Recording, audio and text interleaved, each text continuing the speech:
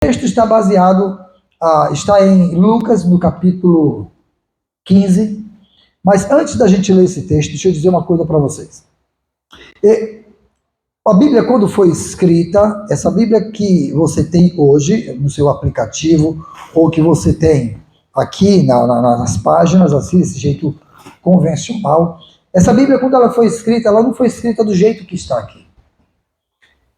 Os textos não foram escritos assim, divididos por capítulos, como nós temos, nem foi escrito divididos por versículos. Na verdade, essa Bíblia dividida por capítulos é algo que veio acontecer agora há pouco tempo, cerca de mais ou menos, acho que 200 anos atrás, eu estudei sobre isso, mas não lembro o período exatamente em que isso aconteceu, mas se você der um Google, vai dizer para você, é coisa aí mais ou menos de uns 200 anos atrás, ou seja, é muito recente. Isso, e dividida por versículo é mais recente ainda, tem aí uns 100 anos, 100 e poucos anos atrás. Tá? Então, essa maneira de ter a Bíblia dividida foi para facilitar a gente de encontrar algumas porções de alguns livros. E facilita, não facilita?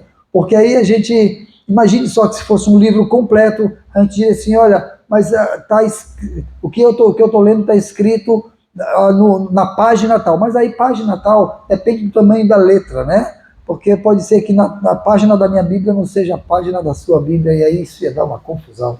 E aí Deus deu sabedoria aos homens para que eles pudessem trazer a Bíblia de forma dividida, assim como ela é hoje. Porém, a Bíblia escrita e dividida desta forma também trouxe alguns prejuízos, porque as pessoas às vezes pegam porções da Bíblia fora de contextos. E aí elas pensam que a palavra só é aquele pequeno texto, mas tiram o texto do contexto, e aí, resultado, isso pode causar algumas confusões. Amém? Ok, antes de eu pregar, de eu trazer, de ler esse texto com vocês, eu quero que você dê um empurrão assim na pessoa que está do seu lado. Dá um empurrãozinho assim com carinho. Dá uma mexida nele assim. Diga assim, fique atento à palavra. E diga, isso. Amém? Eu sei que está todo mundo cansado do dia a dia. Deixa eu te explicar por que você está cansado. Por que quando você chega aqui, você está cansado? Vou te explicar por quê. É porque a carne vai estar guerreando contra o espírito. O teu espírito está próximo, está perto de receber uma revelação de Deus. E a carne sabe disso. Sabe o que a carne faz? A carne se fecha. E aí você sente sonolência, você sente desânimo.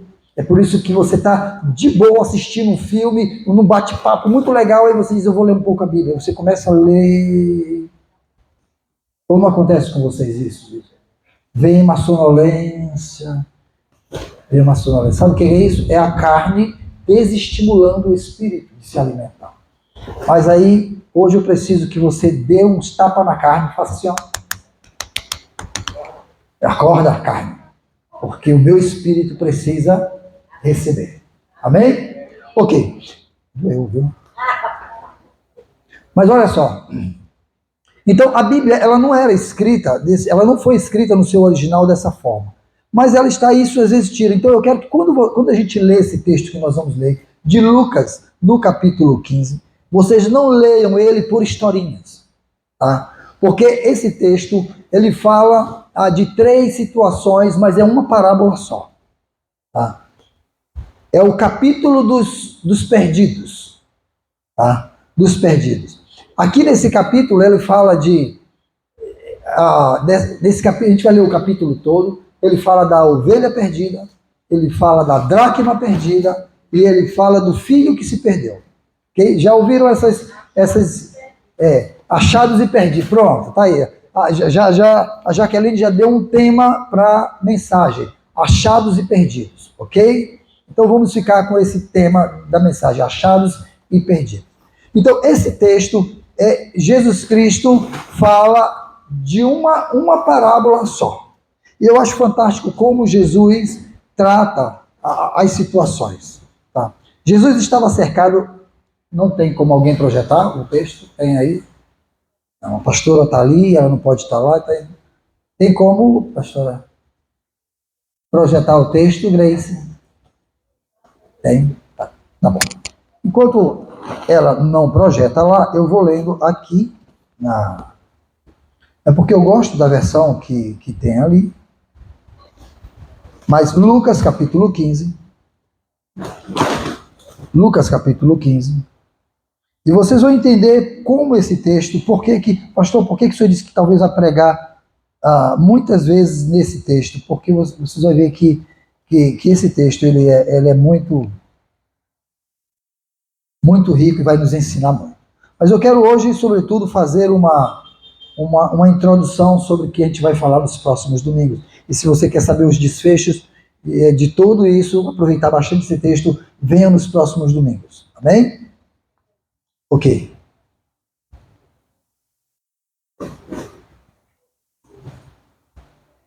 Já? Lucas capítulo 15. Nós leremos todo o capítulo, tá? Todo o capítulo. Ok. Aqui o texto começa dizendo da seguinte forma: todos os publicanos e pecadores se aproximaram de Jesus para ouvi-lo. E aí eu já começo explicando para vocês o seguinte. Aqui tinha algumas camadas da sociedade perto de Jesus. O texto começa dizendo que todos os publicanos e pecadores se aproximaram de Jesus para ouvi-lo. Contudo, os fariseus e os mestres da lei o criticavam. Então, quem a gente vê aqui se aproximando perto de Jesus? Nós vemos quantas pessoas? Quantos tipos de pessoas? 4. Ok? Publicanos, pecadores, fariseus e mestres da lei. Não é isso? Olha só. Então,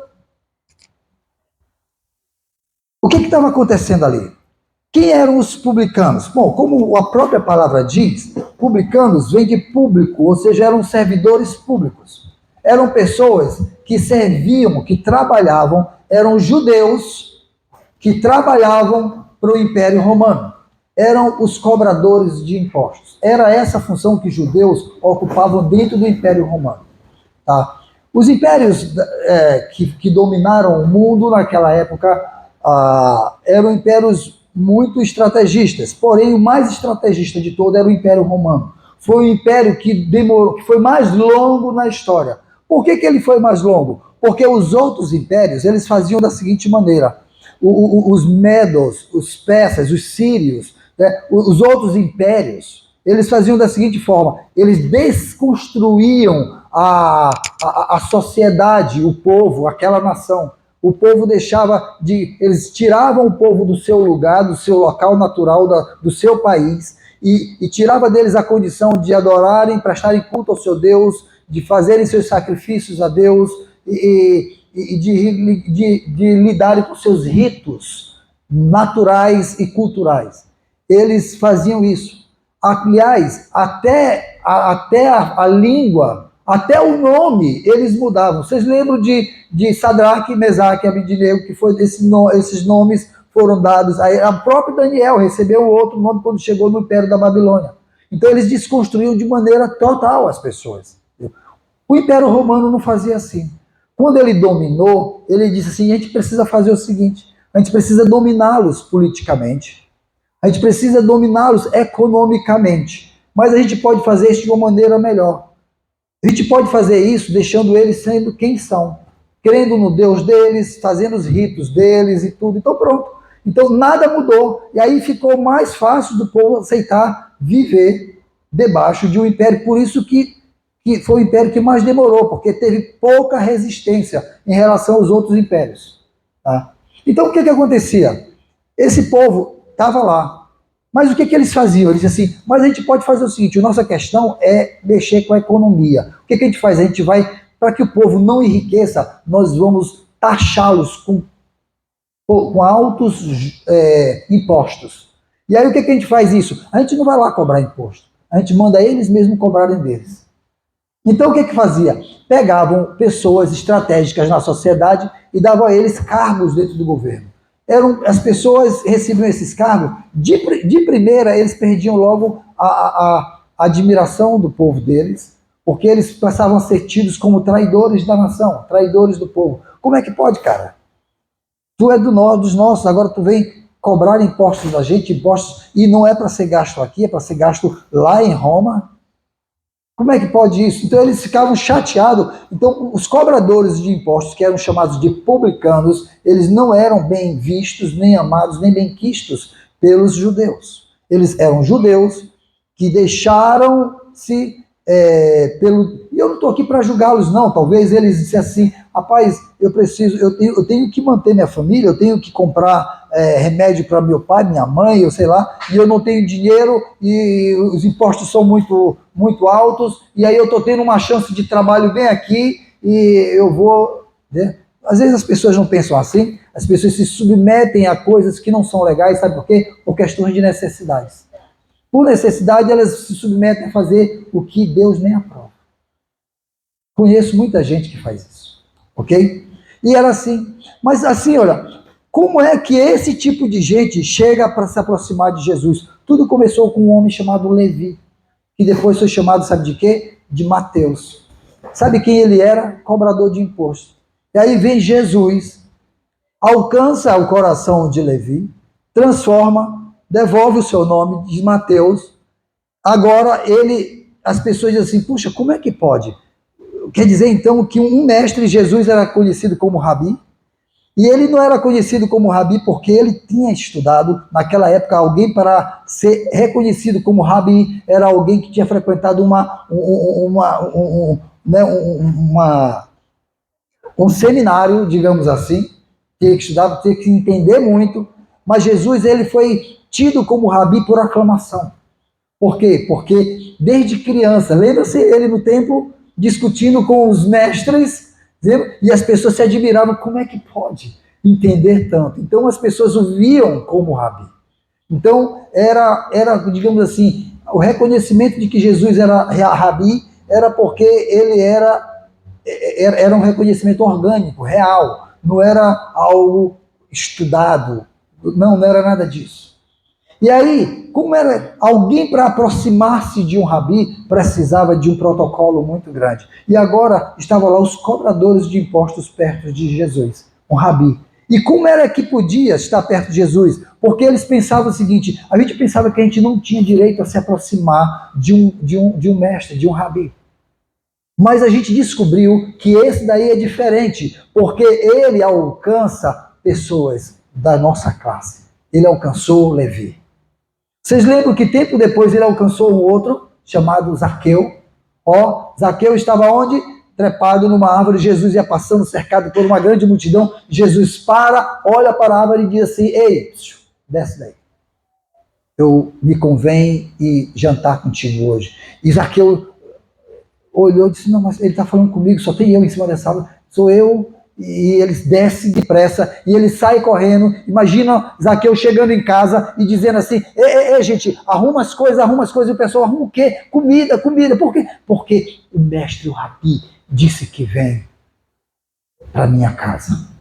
Eu acho isso lindo, porque Jesus, ele começa a quebrar protocolos a partir daí, sabe? E era isso que estava acontecendo. Jesus estava numa situação que estava quebrando protocolos. Jesus estava lidando com uma classe de gente que ninguém queria lidar. Os judeus não queriam lidar. O outro tipo de gente que estava lá eram chamados de gentios, ou seja, pecadores. Eram pessoas que não eram judias, e porque não eram judias, elas eram tidas como pessoas simplesmente marginalizadas. Sabe que tipo de gente era esse? Era prostituta, eram ladrões, eram os marginais. Eram os moradores de rua, eram o povo que vivia à margem da sociedade, sabe? Eram os imorais, eram os adúlteros, era esse tipo de gente. Todos eles estavam lá. E Jesus estava fazendo, sabe o quê? Estava falando com eles. Tá? O texto diz que Jesus era criticado porque ele recebia e comia com eles. Deixa eu te falar uma coisa: Jesus se submeteu a um relacionamento muito íntimo, sabe? Talvez aqui na nossa cultura seja difícil entender esse texto, porque o nordestino é o seguinte: alguém chega na sua casa, você quer levar o convidado para ir para onde? Para a cozinha. Não, vem para cá, senta aqui, eu estou cozinhando aqui. Eu cheguei na casa de Dom Jesus por diversas vezes, ela me recebe lá na cozinha. E aí eu sento na mesa, ela já me dá uma sobra de brownie. E aí, se tem uma galinha, ela já me bota, porque pastor, eu fiz uma galinha aqui, não é costume do nordestino fazer isso. Então, para a gente, isso parece, não, mas comer com as pessoas, isso é comum. Mas para o judeu, não. Para o judeu, isso era algo extremamente íntimo. Alguém sentar-se à mesa para comer, na mesa da sua casa, era algo extremamente, assim, tido como algo íntimo.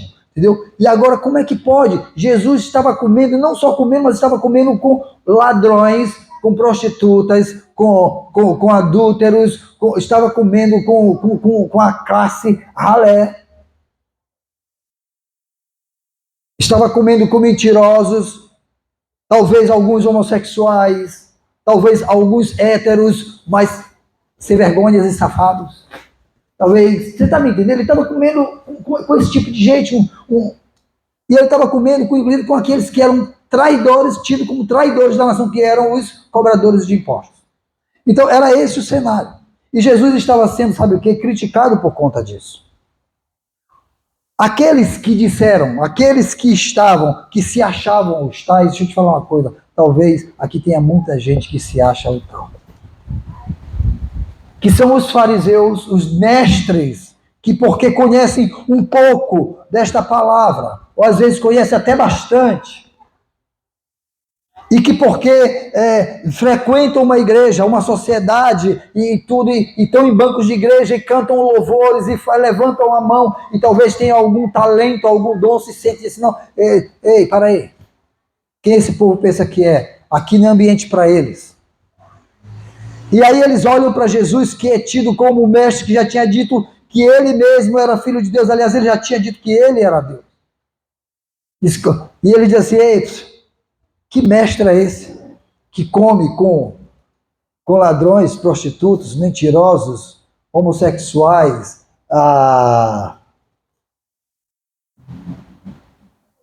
pecadores. Pecadores. E aí, eles perguntam, que tipo? Olha lá, verso 2, contudo os fariseus e os mestres da lei o criticavam. Este homem recebe, qual era a crítica? Qual era o anúncio de crítica? Este homem recebe o quê? Pecadores e come com eles. Mas Jesus, ele prescrutando, tá certo esse termo? Prescrutando, ou seja, ele sondando, porque Jesus ele vai além do que você está expressando nessa tua estampa bonita, e algumas nem tanto. Mas ele vai sabe como, ele vai lá dentro do profundo, ele sabe o que você está pensando. Jesus sonda corações, e porque ele sabe o que você está pensando, ele vai lá e ele diz assim: poxa, eu tenho que lidar com esse tipo de gente.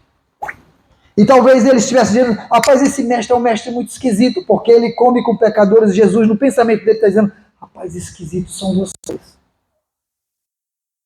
Esquisitos são vocês, não sou eu. E Jesus diz assim: como é que eu vou mostrar que esse povo é esquisito? E aí ele começa a contar uma parábola. Olha, observa. Então Jesus lhes contou esta parábola. Ele não dizia: então Jesus lhes contou estas parábolas. Está no singular. Esta é uma parábola. Entendeu? Que é uma parábola só? É uma parábola só. E aí Jesus começa então contando essa história. E aí eu quero que a gente ore, porque agora que a pregação vai começar. Amém? Antes foi só uma... tá bom? Então vamos lá. Senhor, eu quero te pedir que assim como essa palavra tem ardido no meu coração nesses últimos dias, que o Senhor faça arder no coração de cada pessoa que está aqui, daqueles que estão em casa ouvindo esta palavra, para que essa palavra, encontrando lugar nos nossos corações, possa causar um rebuliço, uma mudança, uma transformação em cada um de nós. Em nome de Jesus, diga amém. Amém. Amém. Então Jesus parou e pensou: como é que eu vou explicar para esse povo que esquisitos são eles e não sou eu? Aí Jesus começa a contar essa história, começa a contar essa parábola. E a parábola ele começa contando da seguinte forma: qual de vocês, olha só, ele começa logo dando um cheque, colocando em xeque as pessoas. Qual é de vocês que possuindo 100 ovelhas, quantas ovelhas? 100 ovelhas e perdendo uma, perdendo quantas? Uma. Não deixa as 99 no campo. Olha, eu quero chamar a atenção porque às vezes assim a gente canta, as 99 ficou no aprisco. Não ficou no aprisco, gente. A Bíblia diz que ficou no deserto. As 99 ficaram no campo.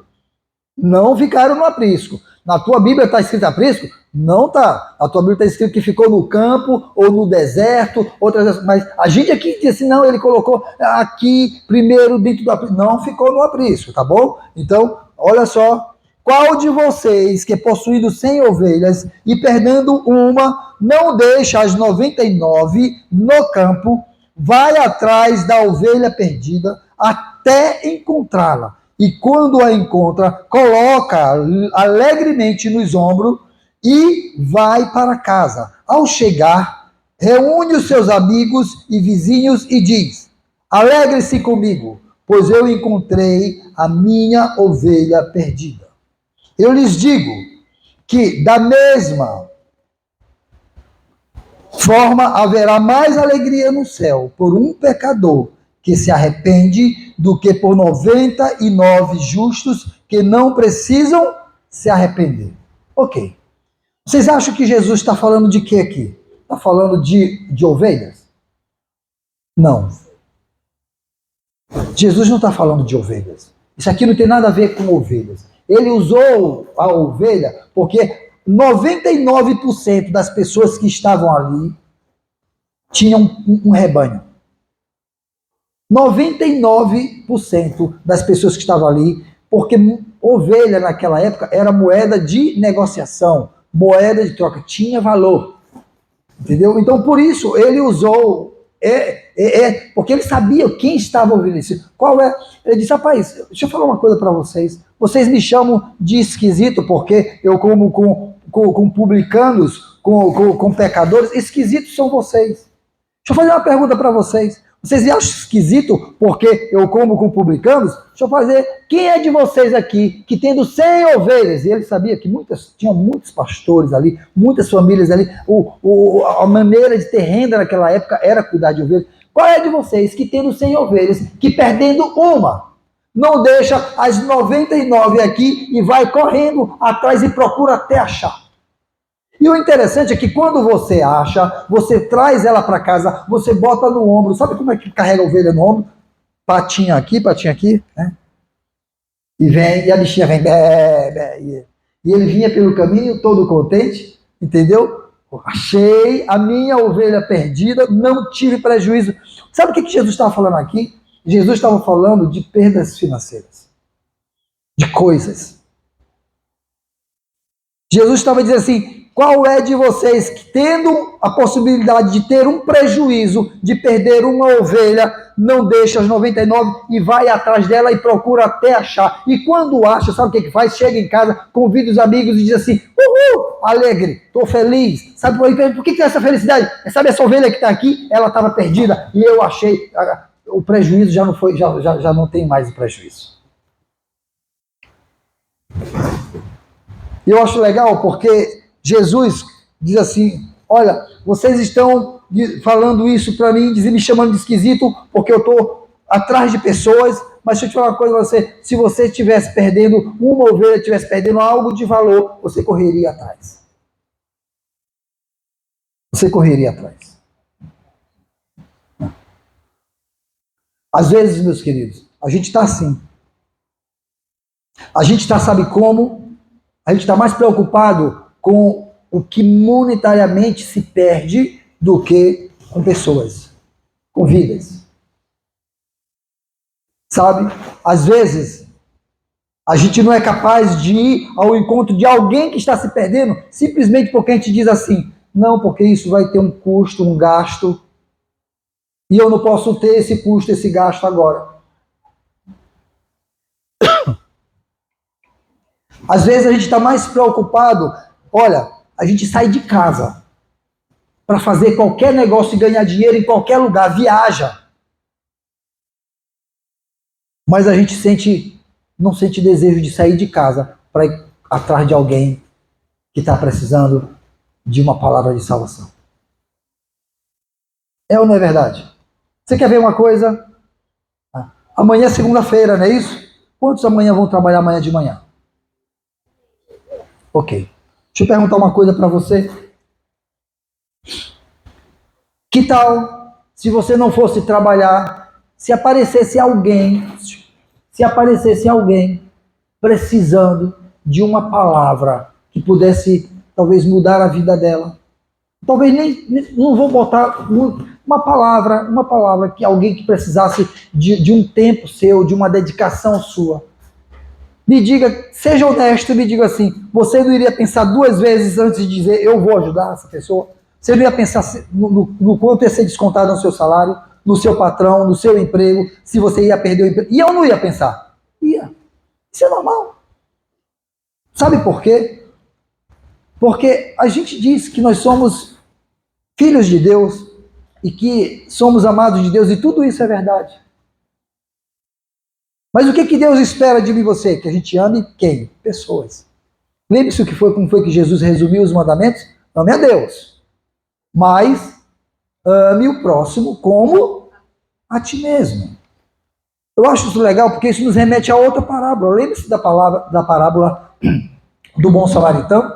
O texto diz que um homem vinha pelo caminho e ele foi assaltado por salteadores, e aqueles salteadores bateram nele, tombaram, roubaram tudo, e ele ficou caído no chão, machucado, bastante machucado. Disse que veio um sacerdote. Veio um ímpio? Não. Veio alguém do mundo? Não. Quem foi que veio? Um sacerdote. Alguém que servia onde? O sacerdote servia onde? Na igreja, no templo. Veio um sacerdote e, vendo ele caído, fez o quê? Passou de largo e disse: Deus te abençoe. Salvou ele, tirou ele da condição, só disse assim: Deus te abençoe, tadinho, coitado.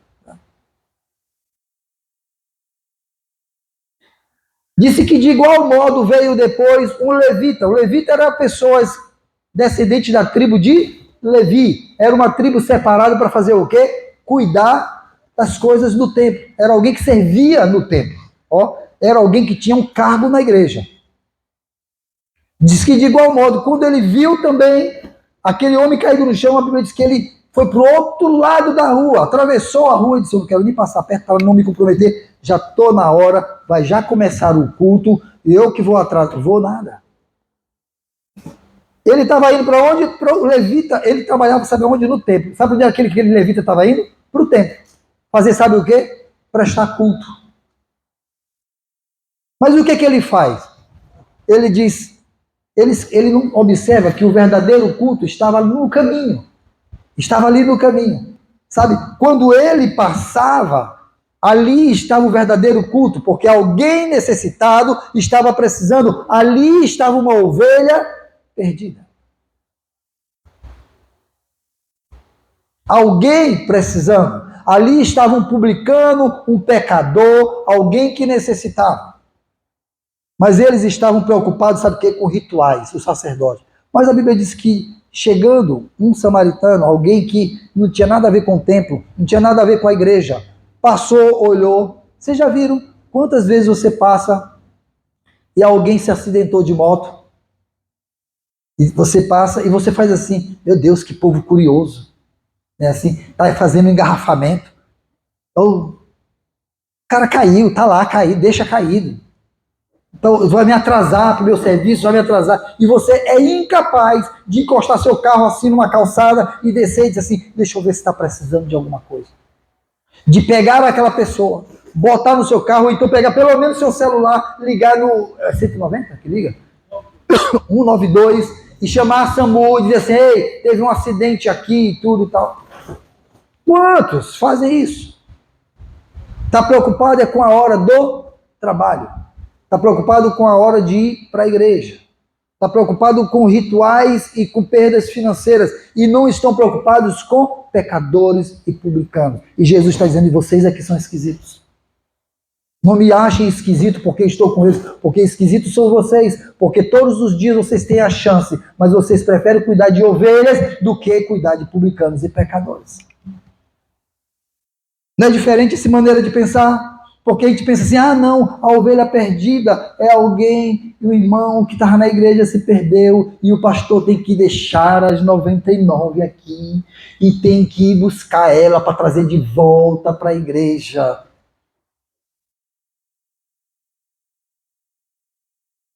Isso aqui está vendo com perda?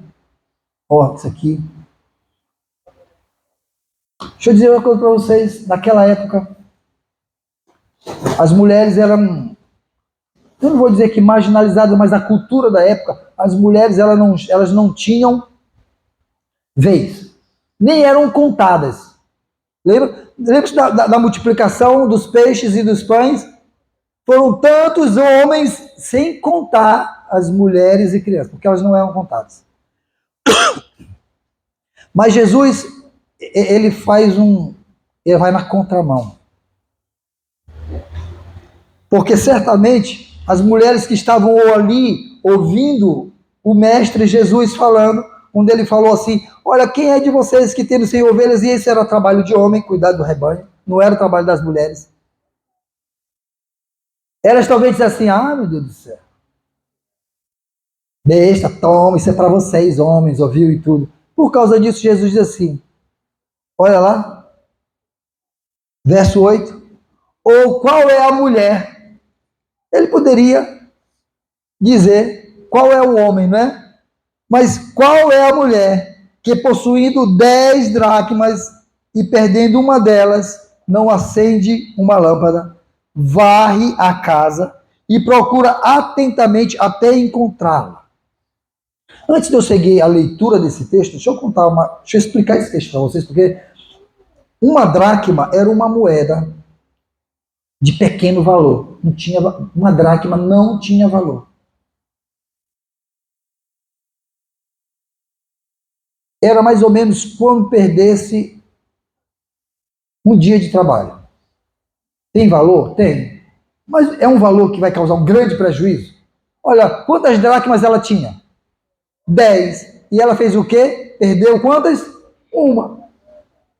Perdeu uma.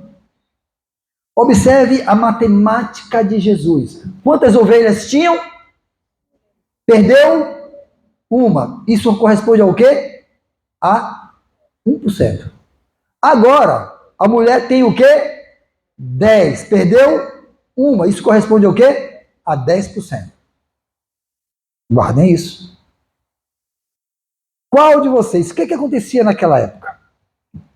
Para vocês entenderem o porquê da aflição dessa mulher. Olha que o texto diz assim, que aquela mulher, depois de ter perdido, ela acende uma lâmpada, varre a casa e procura atentamente. Tem uma versão que diz assim, procura diligentemente, ou seja, insistentemente. Até quando? Até encontrar. O pastor, o dono da ovelha, procurou até quando? Até achar. A mulher procurou até quando? Até achar. Olha só o que acontecia. Naquela época, o camarada ficava noivo.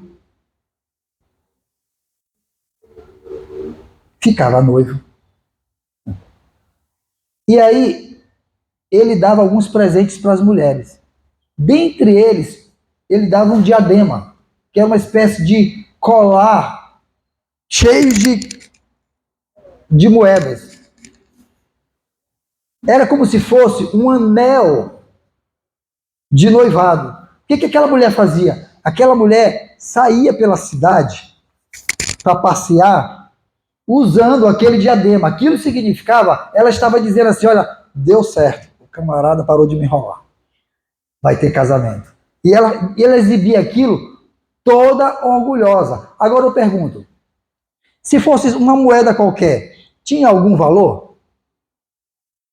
Não. Mas agora, como estava dentro de um presente que correspondia a um compromisso, passa a ter valor ou não passa? Deixa eu perguntar uma coisa, ô maridos, ou esposas? Quem aqui já esqueceu a aliança em algum lugar e não sabia onde pôr? Esses dias, ontem eu tirei a aliança, não foi, minha filha? E saí. Grace, na mesma hora, disse: ei, esqueceu a aliança. Eu já estava lá no trabalho. Eu digo: eita, agora deu ruim, hein? Deu ruim. Pois quando eu cheguei em casa, que eu sentei ali, ela fez assim, pegou a aliança, botou no dedo.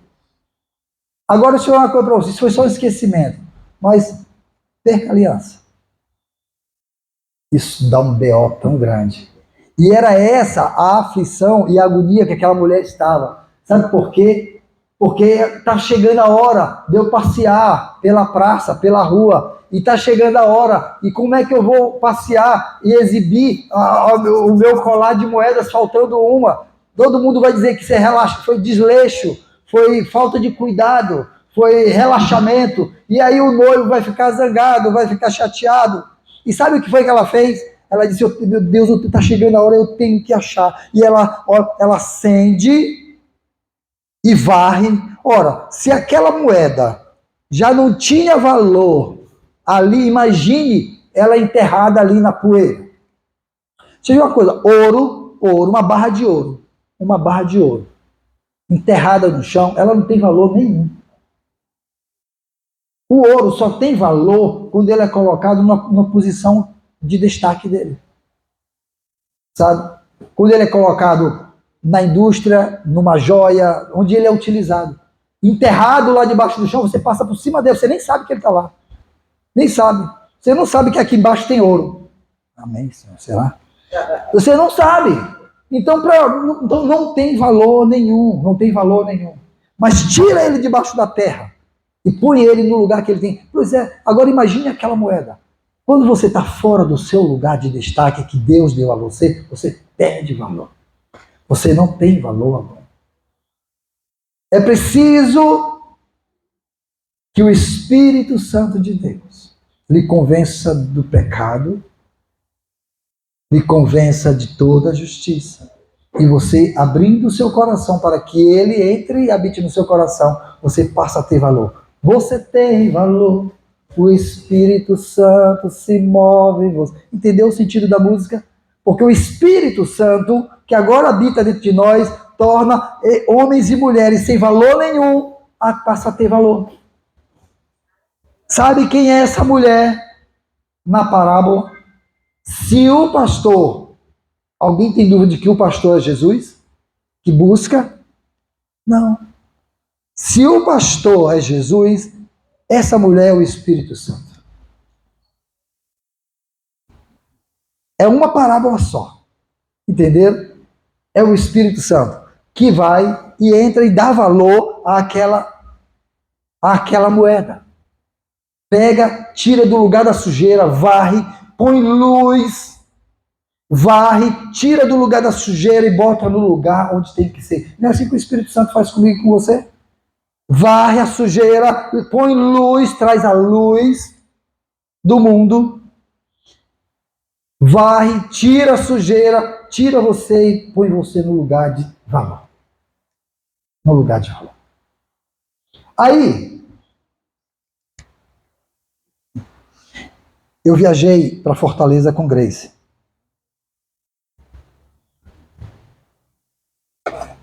Vocês querem ver? Naquela época, a ovelha, eu disse que era um artigo de valor, certo? Ao contrário da moeda, que não tinha valor, mas passou a ter valor porque estava num lugar de compromisso. Entendeu? A ovelha, ela tinha um valor monetário. Talvez a gente não consiga entender como é que funciona isso. Porque aqui alguém tem ovelha em casa? Tem? Não? Não cuida de ovelha em casa? Pois é. Então, deixa eu dizer para vocês o que estava acontecendo. Para poder vocês entenderem o valor que tinha aquela ovelha. Esses dias eu viajei com Grace para Fortaleza.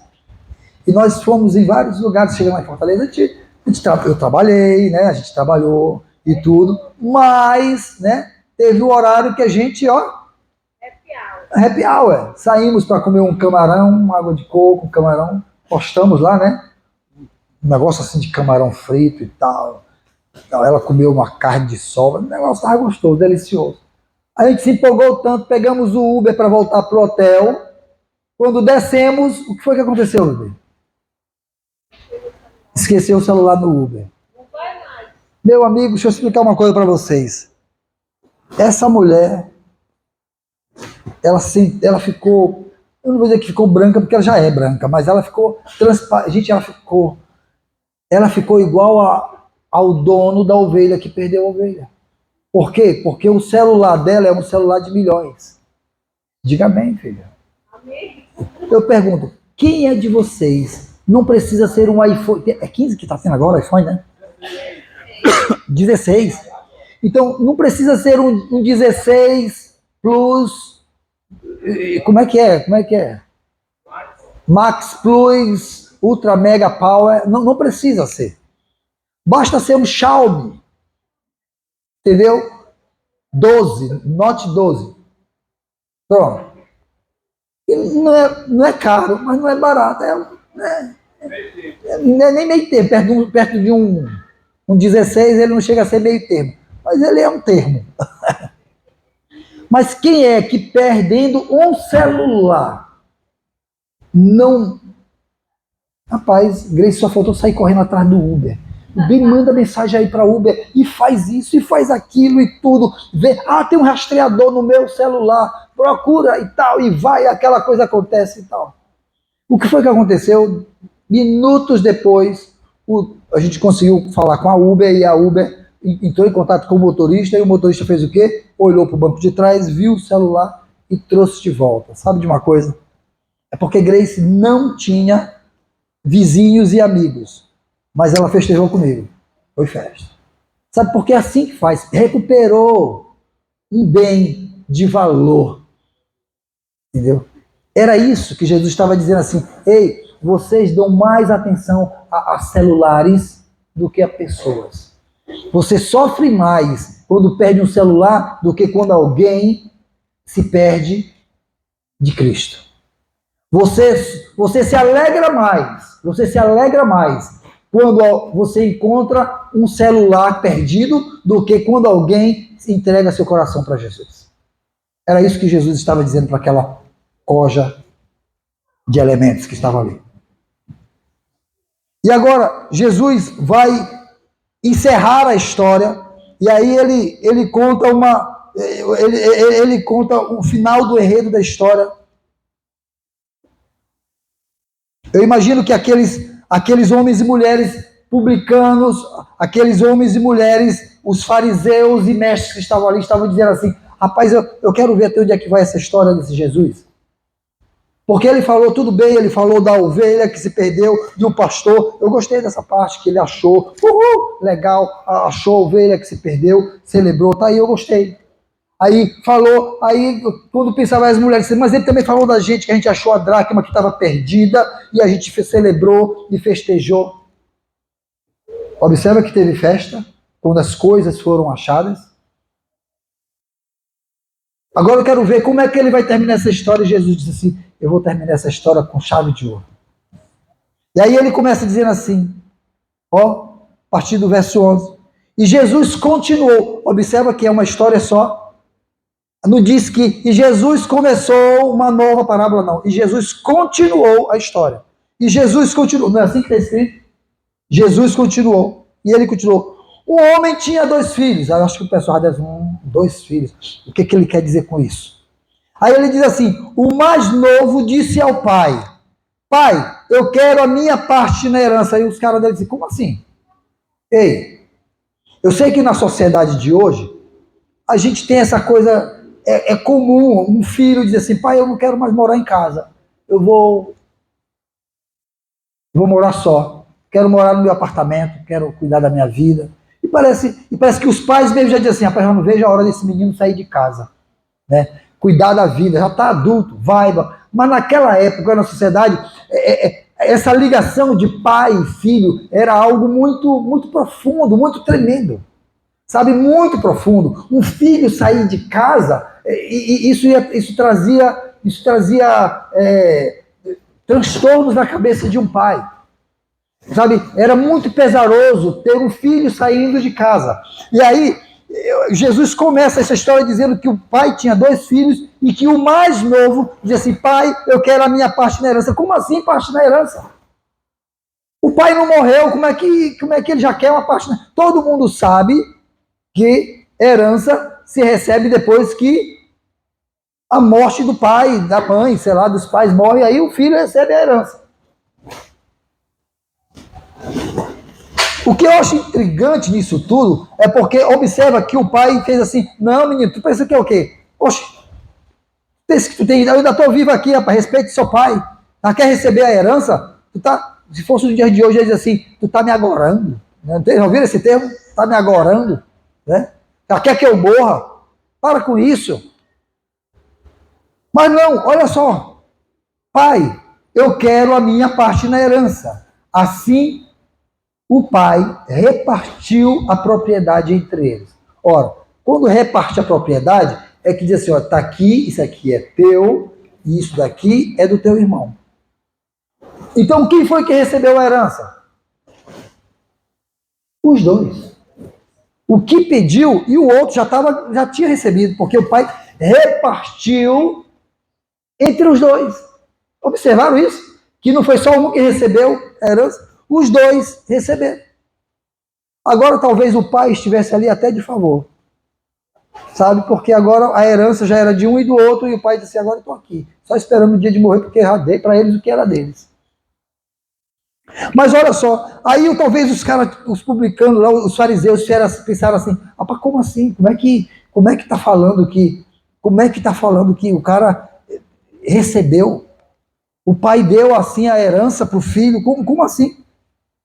Só que para piorar a história, olha o que Jesus diz: não muito tempo depois, o filho mais novo reuniu tudo o que tinha, foi para uma região distante e lá desperdiçou os seus bens, vivendo desenfreadamente. Olha só. O que ele tinha? Ele tinha, sabe o quê? Ele tinha tudo o que o seu pai ganhou. O que era que ele tinha? Ele tinha tudo o que o seu avô ganhou e que o pai herdou. Ele tinha tudo o que o seu bisavô ganhou. Para o judeu ele não só tinha muito essa coisa de pai e filho, como ele era. O judeu ele é muito patriota. Então, para ele, esse cara, rapaz, eu já quero que esse cara morra. Me diz o nome dele. Isso é só historinha ou é de verdade que eu já quero matar ele? Porque um caba desse, ele pega a herança, pega tudo que o pai tem e vai gastar, em vez de gastar aqui no nosso país, na nossa nação, na nossa pátria, ele ainda vai gastar num lugar distante. Esse caba merece morrer, rapaz. Aí Jesus continua a história e diz assim: depois de ter gastado tudo, houve uma grande fome em toda aquela região. E ele começou a passar necessidade. Estava longe da casa do pai. E longe da casa do pai, meu querido, você passa necessidade. Sabe? Na casa do pai, você já ouviu aquele ditado assim, a mãe e o pai que diz: meu filho, venha, onde um ovo que dá para um, dá para 2. Já viu alguém diz assim: quem come um ovo, como é que diz assim? Né? Não é assim? Onde come um, é isso. Onde come um, come 2, meu filho, vem para cá. Pronto. Na casa do pai tem providência. Na casa do pai tem cuidado. Na casa do pai tem identidade. Na casa do pai, você é filho do pai.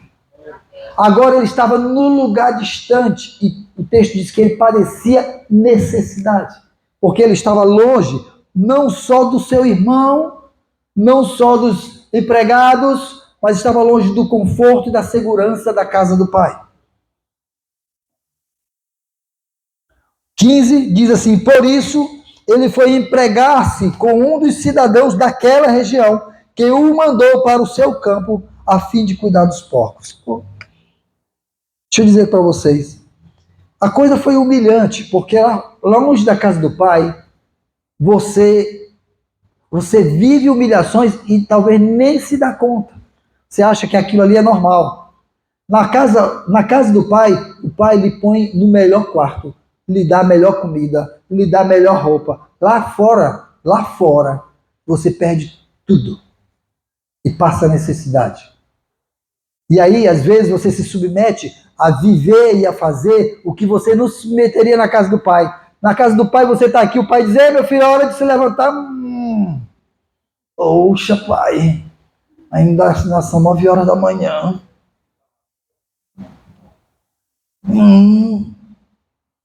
Eu sou colega do Edinho, só depois das 10, pai.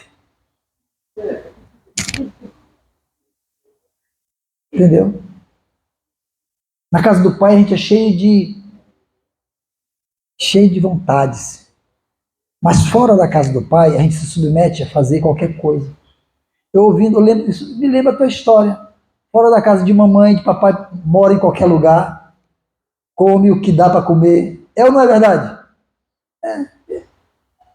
Lembra, Eric?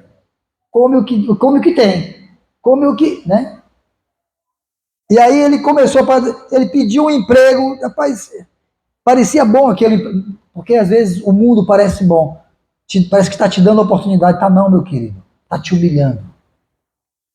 Você acha que está tendo oportunidade no mundo? Não está tendo, você está sendo humilhado. Na casa do pai, na presença do pai, você tem as melhores coisas. Ora, para um judeu, cuidar de porcos quebrava, olha só, ele tinha quebrado um princípio com o pai, ele tinha quebrado um princípio com a família, e agora ele estava quebrando um princípio com o próprio Deus. Entendeu? Ele estava cuidando de porcos. Para um judeu, cuidar de porcos é humilhante demais, porque é um animal impuro.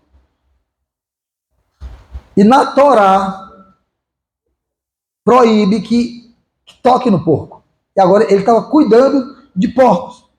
Ele deseja, e pior do que cuidar, ele começou a desejar alimentar-se das vagens de alfarrobeira, é uma vagem comprida, que tem umas sementes pequenas, adocicadas, que na época de escassez dão para os porcos para comer, e ele desejava comer aquela comida dos porcos, mas ninguém lhe dava nada, ou seja, nem a comida dos porcos deixavam ele comer.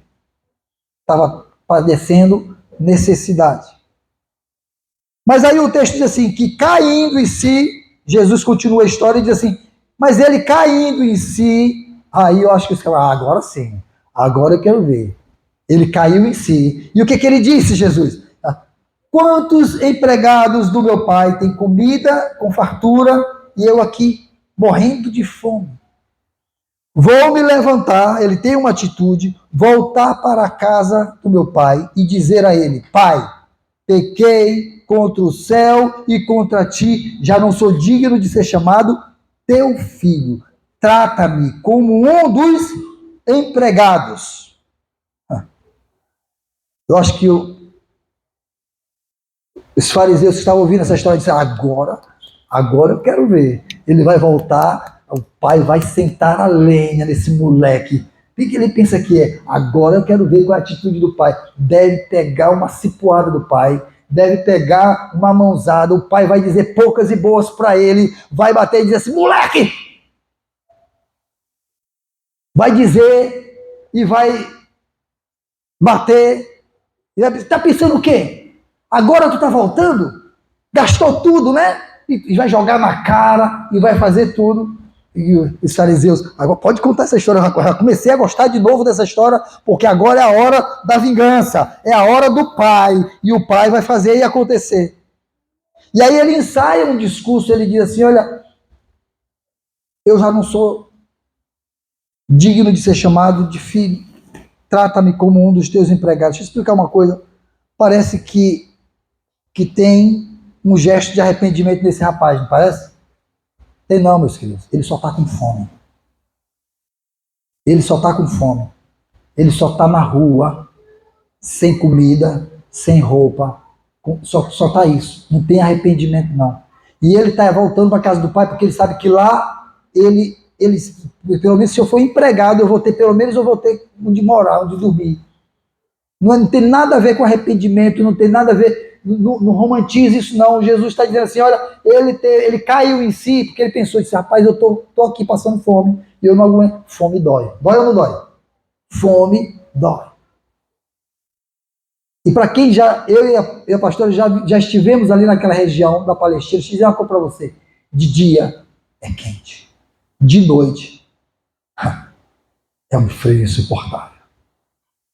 E não tinha abrigo, não tinha comida, e agora ele volta, ele ensaia aquele discurso, talvez ele chegou diante do espelho, eu vou dizer assim, Pai, pequei contra o céu e contra ti, eu já não sou digno nem de ser chamado teu filho, viu? Me trata pelo menos como um dos teus empregados, ou seja, me dá pelo menos um lugar para ficar e comida, me dá alguma coisa aí, pai. E aí talvez os fariseus dissessem, agora eu vou ver, agora esse cara vai ver. Mas deixa eu te falar uma coisa, apesar de não se tratar de arrependimento, de nada, mas de necessidade, foi o pai quem deixou ele padecer tudo aquilo para que ele voltasse. E Deus faz assim comigo e com você. Você pensa que é você que procura Deus? É não. Você procura Deus por necessidade. Você procura Deus porque você está passando por uma luta, por uma necessidade, por um medo, por alguma guerra. É por isso que você procura Deus. Por isso que eu e você procuramos a Deus. Mas deixa eu te falar uma coisa. Deus não é como um pai terreno. O texto diz assim, ele ainda estava longe, quando o pai viu, o qual movido, sabe de quê? De compaixão, aí quebrou com os fariseus. Mas como assim? Compaixão? Ele não... Mas ele vai dizer alguma coisa para esse moleque. Vai dizer, vai bater, vai dar pelo menos uns tapas na cara. Mas diz assim que o qual movido de compaixão correu. Imagine, judeu não vive correndo. Imagine um homem, um ancião, de cabeça branca, correndo por aí. Ele não estava nem aí se ele era, o que as pessoas iam dizer, se ele era ancião. Era uma cena ruim de se ver. Mas ele não estava aí com protocolos, ele simplesmente correu. O texto diz que aquele velho correu pela rua e abraçou fortemente, eternamente, o beijou. Sabe? Esse beijo não é assim, meu filho, um beijo, o ósculo santo, que era, não, diz que fortemente o beijou, sabe, como um pai que pega um filho e enche de beijo, beija pela cabeça, beija por aqui, beija por qualquer lugar, o filho, já viu isso? Já viu uma mãe que pega um filho que está com saudade e diz, ai meu filho, você lembra, meu, quando o menino acorda, a vontade que tem de beijar ele todo, meu filho, estava perdido. Pense nessa cena, um filho que está morrendo, um filho que está perdido, um filho que está distante, um filho que está fadado ao fracasso. De repente esse menino volta, cai em si, volta para perto de você e você tem a chance de cuidar dele. Você faz o quê com esse filho? Você não enche de beijo, você vai só dizer assim, meu filho, deixa eu te abençoar. Não, é a alegria de um pai. É a alegria de um pai. O filho disse, pai, aquilo que ele ensaiou, eu pequei contra o céu e contra ti, já não sou digno. Talvez ele nem tenha terminado de dizer isso, porque o pai disse assim, contudo, diz o verso 22, o pai disse aos seus servos, ei, vem cá depressa, não é assim, vem cá rapidinho, não. Vem cá depressa. Tragam a melhor roupa e vista nele. Coloque um anel, ou seja, meu filho, ele precisa voltar a ter identidade. Anel naquela época identificava de que família pertencesse. Ele precisa voltar a ter identidade. Ele coloca o anel, põe calçado nos seus pés, e calçado significava libertação, porque os escravos daquela época, eles eram reconhecidos principalmente que eram escravos, porque eles andavam, sabe o quê? Descalços. E aquele menino voltava para a casa do pai descalço. E o pai disse assim, coloca nele sandálias, coloca, agora ele pode andar por aí e ninguém vai tê-lo mais como um escravo. Ninguém vai tê-lo mais como escravo. E disse: tragam o novilho gordo e matam, e vamos comer e festejar, sim, vamos fazer festa, porque este meu filho estava morto, voltou à vida, estava perdido e foi achado. Então começaram a festejar o seu regresso. Até agora se falou de valores. Até agora se falou do pecador, se falou do publicano. Mas agora Jesus vai falar dos fariseus. Olha o que o texto diz, verso 23. Enquanto eles estavam festejando, enquanto isso, o filho primogênito, ou seja, o filho mais velho, estava no campo. Quando se aproximou da casa, ouviu a música e a dança, então chamou um dos servos e perguntou-lhe: o que está acontecendo aí? Este servo lhe respondeu: o seu irmão voltou e o seu pai matou um novilho gordo, porque o recebeu de volta são e salvo. E o filho primogênito encheu-se de ira e não quis entrar. Então o pai saiu e insistiu com ele, para ele entrar. Ele, porém, respondeu ao seu pai: olha, deixa eu lhe dizer uma coisa. Todos esses anos eu tenho te servido e nunca desobedeci às tuas ordens. Entretanto, tu nunca me deste nenhum cabrito para eu festejar com meus amigos. Quando, porém, volta para casa este teu filho, não é este meu irmão, é este teu filho, que esbanjou os teus bens com prostitutas, aí tu mata um novilho gordo para ele.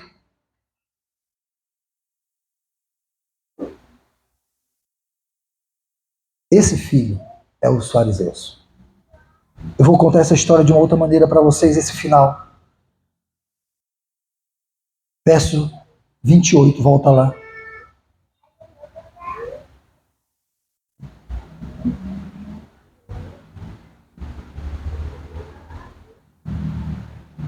Não, verso 25.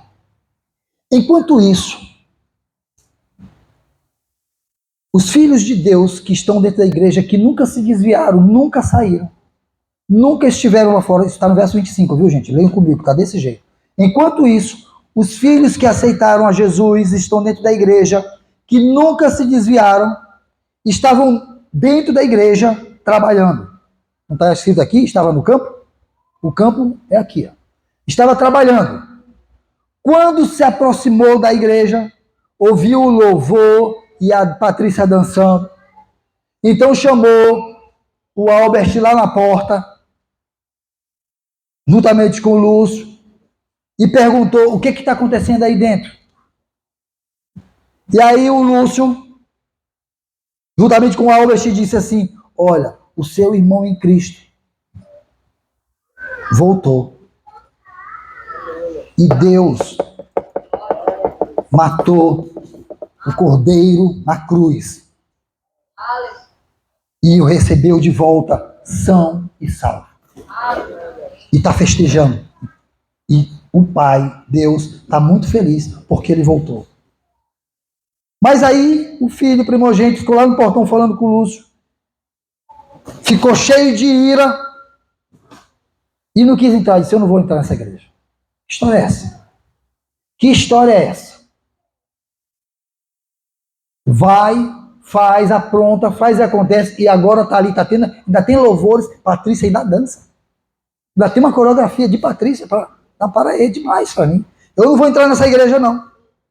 Mas aí o pai sai e insiste, toca no coração dele e diz: meu filho, para com isso. Entra, vem celebrar porque o meu filho estava morto e ele voltou para casa são e salvo. Mas ele diz: olha, eu nunca saí da igreja, pai. Eu sempre estive aí, eu sempre fiz parte do louvor, sempre fiz parte da sociabilidade, sempre fiz parte da oração, do ministério infantil. Eu trabalhei em tudo. Todos esses anos te servindo, eu nunca te desobedeci. Entretanto, tu nunca mandou a Patrícia fazer uma coreografia para celebrar que eu estou servindo todos os dias. Tu nunca pediu pro Emerson cantar o louvor que eu tanto gosto. Tu nunca tocou no coração dele para ele fazer isso. Agora vem essa daí, que adulterou, que se prostituiu, que mentiu, que roubou, que foi, que fez e aconteceu. Que tá lá fora, aí volta para cá, para casa. Esse teu filho. Aí o pai disse: mas não, não é meu filho, é teu irmão. Meu irmão não, ele é teu filho. Observa que ele não trata como irmão, ele diz: é esse teu filho, verso 30. Ele esbanjou tudo, ele pegou os dons que tu deu para ele aqui dentro de casa, pegou os talentos, pegou tudo e usou tudo lá fora, gastou tudo lá fora. Agora ele volta para cá e tu mata um, tu faz festa.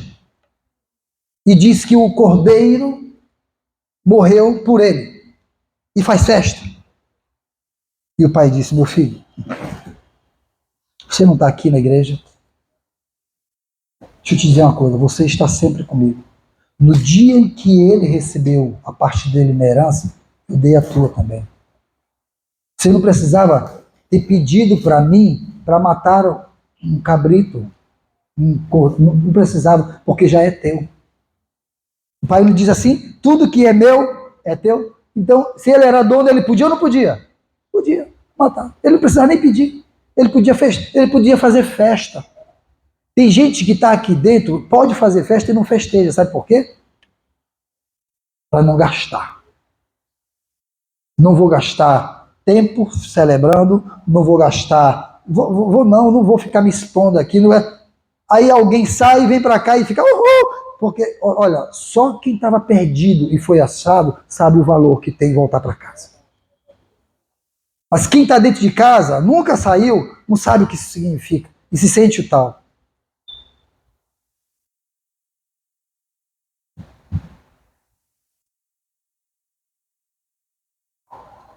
E o pai disse assim: meu filho, no entanto, nós tínhamos que festejar a volta do teu irmão.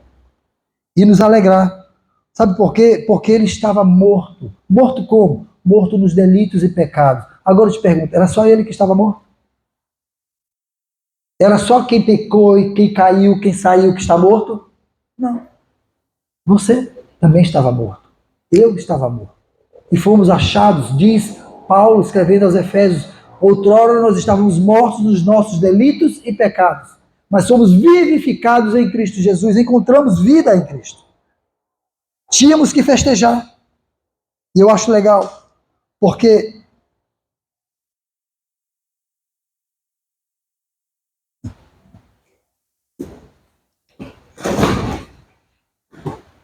se você me ver no início dessa parábola,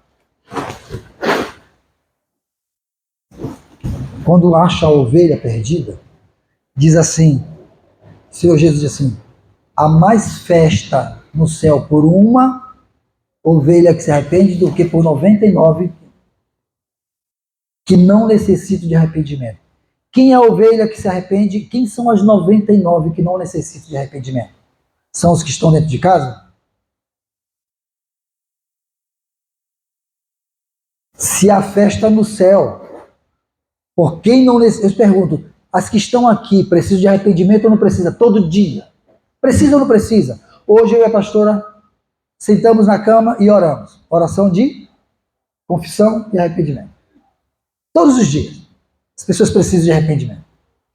Então, não se trata de quem ficou dentro da igreja. Ele estava falando dos anjos. Por isso que ele diz assim, a festa existe, a festa no céu e não é aqui na terra. Sabe de uma coisa? Os céus celebram quando alguém se arrepende, quando alguém que está morto, quando alguém que está perdido é achado. A gente aqui é que não celebra. A gente faz, sabe o quê? A gente às vezes ocupa o lugar do filho primogênito e diz assim: eu não aceito, eu não acredito nessa, eu não acredito que ele deve ser aceito de volta. Eu não acredito em nada disso. Porém, deixa eu te falar uma coisa. O pai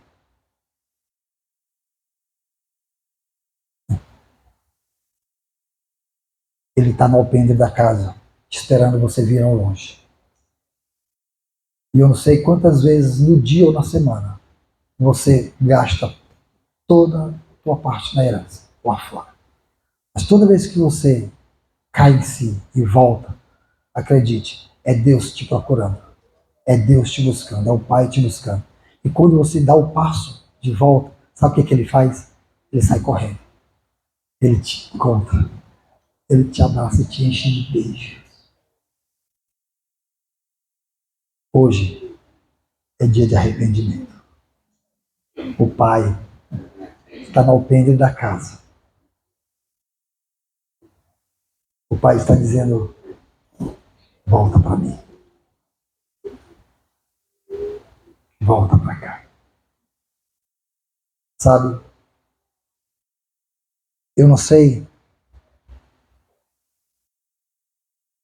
se você se alegra com essa história aqui, mas essa história é a minha e a tua história.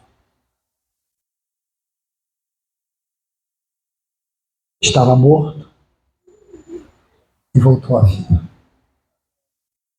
Estava perdido e foi achado. Sabe quem é esse?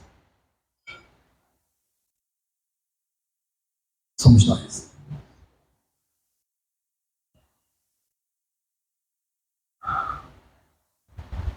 Tem festa no céu. Tem festa no céu. Baixa a tua cabeça. Fecha os teus olhos. Desculpa porque me estendi muito.